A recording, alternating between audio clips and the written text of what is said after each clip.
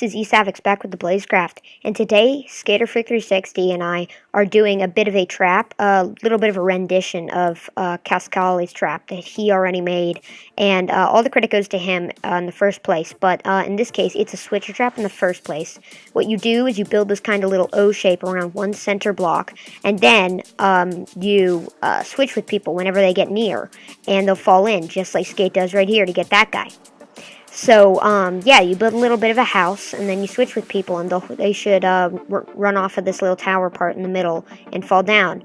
But what Skate and I did to kind of change it up is first of all, I went Jackhammer, so that I could jackhammer out all of these pieces around here.